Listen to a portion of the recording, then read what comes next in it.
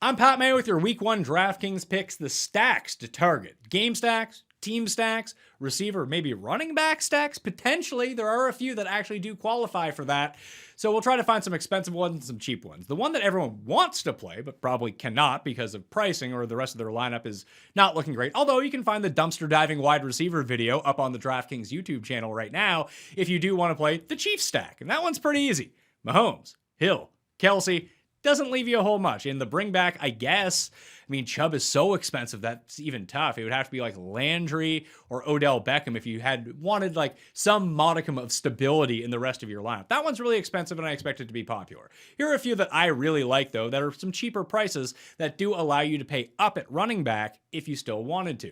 This Jets-Carolina game feels like it's fantasy goodness. You have to pick the right spots. Darnold's only $5,000. Let's just throw him on the team. Sam Darnold. Who do we pair him with? Well, McCaffrey does do work in the receiving game, plus he's objectively a great play anyway. You have to hope that he scores through the air and you get those double points, but those two together work. Then you have to find the third man in. Now, maybe you fade McCaffrey in this spot and say, you know what? I'm just going to go with the receivers. I'm going to go with Robbie Anderson and DJ Moore. For DraftKings purposes, I like Robbie Anderson better than DJ Moore. He's cheaper in price, and I do think that, although we didn't see it last year with Teddy B, the touchdown equity is very high. Terrace Marshall is the min at $3,000 as well if you want to get sneaky and run a whole bunch of lineups with that stack through. But Darnold, Anderson, and McCaffrey. And then on the other side, I think Corey Davis is an excellent value in the low $5,000 area, to be perfectly honest. So I just think objectively he's a good play. He really works with the stack. And then even Tyler Kroft, if you really want to pay up for Kamara and McCaffrey or Kamara and Henry, whoever it is at the top that you want, Tyler Kroft is $2,500. He's the cheapest possible tight end available. And it looks like he's going to get first team reps. And Jamison Crowder's still iffy for this game. That opens up more slot routes along with Elijah Moore.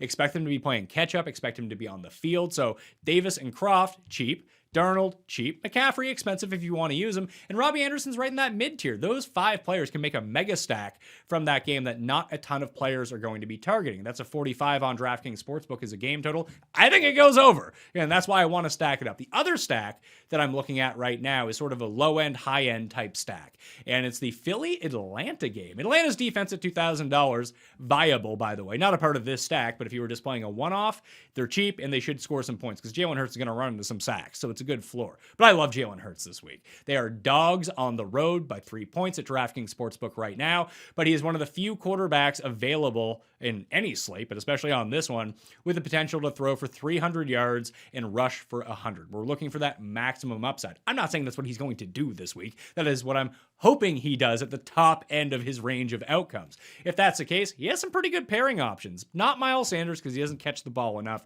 They do two independent things. They do not correlate. We're not going to put them together. But Devonta Smith is $4,500. That's pretty cheap. And then you can even go with Quez Watkins if you wanted to at $3,000. He's going to be starting in these 3 wide receiver sets, and he is an absolute burner. If anyone gets behind the defense, it's probably him. You don't even need to go that deep. Just Smith and Hurts by themselves work. And then on the bring back, you have a bounty of options. You can go with Calvin Ridley, who's just a stone cold lock to be awesome this week against this terrible Philly defense. So let's just pencil him in. You could use Mike Davis. Granted, they don't sign anyone before Sunday, that Davis is locked into that RB1 role. And in this scenario, Philly is playing catch up a lot of the game. So points are going to come through the air and on the ground for the Falcons. So Mike Davis scores twice at his very affordable price. You're looking good. Or you say, screw it.